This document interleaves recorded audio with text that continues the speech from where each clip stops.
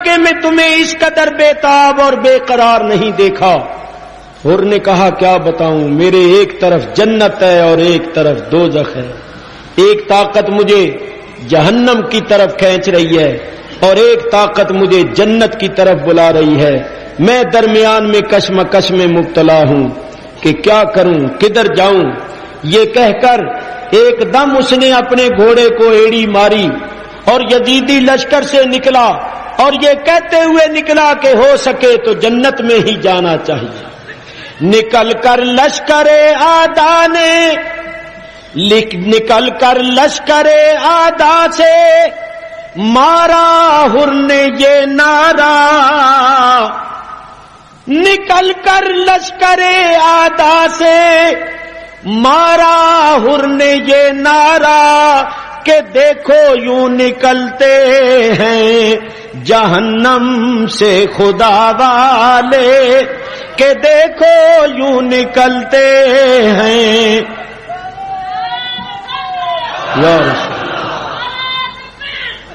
نکل کر لشکر آدھا سے مارا حر نے یہ نعرہ کہ دیکھو یوں نکلتے ہیں جہنم سے خدا والے. ہزاروں میں 72 تن تھے تسلیم و رضا والے. حقیقت میں خدا ان کا تھا اور یہ تھے خدا والے. حسین ابن علی کی کیا مدد کر سکتا تھا کوئی. حسین ابن علی کی کیا مدد کر سکتا تھا کوئی. یہ خود مشکل کشا تھے اور تھے مشکل کشا والے. یہ خود مشکل کشا تھے اور تھے مشکل کشا والے.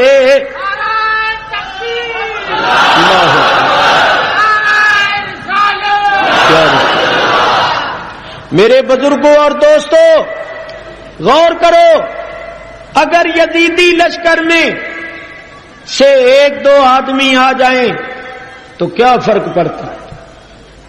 ارے ہزاروں کی تعداد میں سے اگر 1-2 آ جائے تو کوئی فرق نہیں پڑتا. اور ادھر تو چند افراد باقی رہ گئے تھے، اگر ان میں 1-2 کا اضافہ ہو جائے تو کوئی فرق نہیں پڑتا. امام علی مقام پھر کیوں نکلے تھے اور یزیدی لشکر کے سامنے جا کر یہ کیوں اعلان فرمایا تھا کہ ہے کوئی اولاد رسول کی مدد کرنے والا، ہے کوئی آل رسول پر جان قربان کر کے جنت میں جانے والا؟ معلوم یہ ہوتا ہے کہ امام کی نگاہ پاک نے دیکھا کہ حر ہے جنتی، کھڑا ہے دوزخیوں میں، ہے سعید کھڑا ہے شکیوں میں. تو امام علی مقام اس کو بلانے گئے تھے کہ تو ادھر کا نہیں ہے ادھر کا ہے، تیرا نام ان کے اندر نہیں لکھا ہوا، ہمارے ساتھ لکھا ہوا ہے. چونکہ اس کے نکلنے کا سبب امام علی مقام کا بلانا بننا تھا. جب سبب کا وجود ہوا تو مسبب بھی مارج وجود میں آ گیا اور سعید شہداء میں آ گیا اور اشقیاء کو چھوڑ دیا. نعرہ تکبیر، اللہ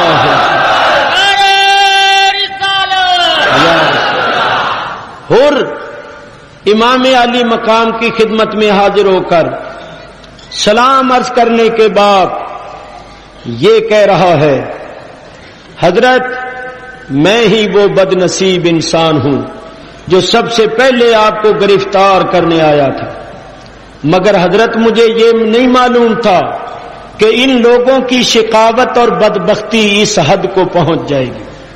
میں تو یہ سمجھتا تھا کہ آخر چند شرطوں پر صلح ہو جائے گی، جس طرح آپ کے بھائی امام حسن مجتبی اور امیر معاویہ کے درمیان چند شرطوں پر صلح ہو گئی تھی، اس طرح صلح ہو جائے گی. مجھے یہ نہیں معلوم تھا کہ یہ بدبخت میدان کربلا میں آپ کا پانی بھی بند کر دیں گے، آپ کی کوئی تقریر ان پر اثر انداز بھی نہیں ہوگی، آپ کی ساری شرطوں کو رد کر دیں اور مسافری کے عالم میں آپ کے اہل و عیال کے سامنے آپ کو قتل کرنے کے درپے ہو جائیں گے۔ ان کی شقاوت تو انتہا کو پہنچ گئی، ان کی بدبختی تو انتہا کو پہنچ گئی۔ حضرت آپ نے اعلان فرمایا، اس اعلان نے میری دنیا بدل دی۔ اب میں آپ کی خدمت میں حاضر ہوں اور اپنے کیے پر نادم و پشیمان ہوں، سچی توبہ کرتا ہوں اور آپ سے پوچھتا ہوں کہ اگر میں اپنی جان آپ پر قربان کروں، اولاد رسول پر اپنی جان نثار کروں، تو کیا آپ کے نانا جان کی شفاعت مجھے نصیب ہوگی؟ امام علی مقام نے فرمایا کہ تمہارا نام کیا ہے؟ حر نے کہا حضور میرا نام ہے حر۔ تو فرمایا حر کے تو معنی ہی آزاد کے ہیں، جاؤ تم جہنم کی آگ سے آزاد ہو۔ اگر تم اپنے کیے پر نادم و پشیمان ہو، اب اولاد رسول پر جان قربان کرنے کا عزم و ارادہ رکھتے ہو، تو یقیناً تمہیں ہمارے نانا جان کی شفاعت نصیب ہوگی۔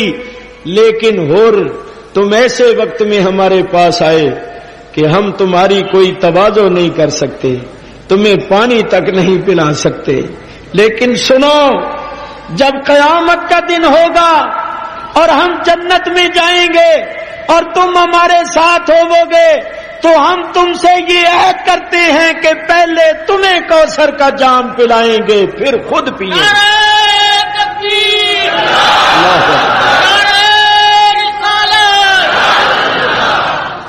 حر بن یزید ریاحی یزیدیوں کے سامنے گئے، کھڑے ہو کر فرمایا، او بدبختو، حیا کرو، ہوش کرو، کس کے سامنے نیزے بلند کر کے کھڑے ہوئے ہو؟ کس کے سامنے تلواروں کو بلند کر کے کھڑے ہوئے ہو؟ یہ اسی رسول کا نواسا ہے جس کا کلمہ پڑھتے ہو۔ بدبختو، جس رسول کا کلمہ پڑھتے ہو اس رسول کی اولاد کو قتل کرتے ہو، اس رسول کی اولاد کا پانی تم نے بند کیا ہوا ہے۔ ابھی بھی موقع ہے، امام کے قدموں پر گر جاؤ، اپنی غلطی کا اعتراف کر لو، اب بھی تمہاری تقدیر بدل سکتی ہے۔ مجھے دیکھو، مجھ سے سبق حاصل کرو۔ اللہ نے میری آنکھوں سے غفلت کے پردے اٹھا دیے ہیں، مجھے حقیقت نظر آ رہی ہے، میں جنت میں اپنا ٹھکانہ دیکھ رہا ہوں۔ اگر تم بھی میری طرح جنت میں جانا چاہتے ہو تو آؤ، امام کے قدموں میں جھک جاؤ اور اپنی غلطی کا اعتراف کر لو۔ امام اب بھی تمہیں اپنے سینے سے لگا لیں گے اور اپنے دامن کرم میں چھپا لیں گے۔ جس وقت حر نے یہ کہا، عمر بن سعد اور شمر دل جوشن وغیرہ نے کہا کہ پکڑ لو اس بدبخت کو، یہ ہماری فوج کا سالار تھا، باغی ہو گیا ہے، دشمن سے مل گیا ہے، اس کو بغاوت کی سزا دو، اس کو ایسا مزہ چکھاؤ کہ اس کو پتہ چل جائے کہ کس طرح بغاوت کی جاتی ہے۔ چنانچہ یزیدی لشکر کے سپاہی حضرت حر پر ٹوٹ پڑے۔ یہ اپنی جان تو قربان کر ہی چکے تھے اور 3 روز کے بھوکے پیاسے نہیں تھے، انہوں نے شیر کی طرح حملہ کیا۔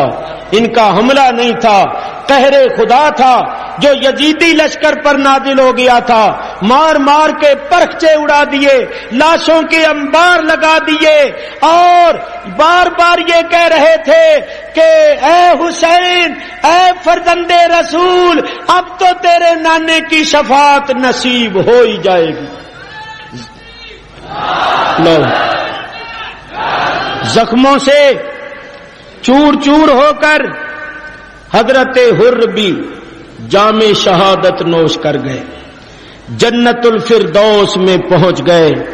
میرے دوستو بزرگوں، واقعات بہت ہیں، اگر ان واقعات کو تفصیل سے بیان کیا جائے تو بڑا وقت چاہیے۔ اب میں خاندان رسالت کے افراد کی شہادت کا بیان آپ حضرات کے سامنے پیش کرتا ہوں۔ امام عالی مقام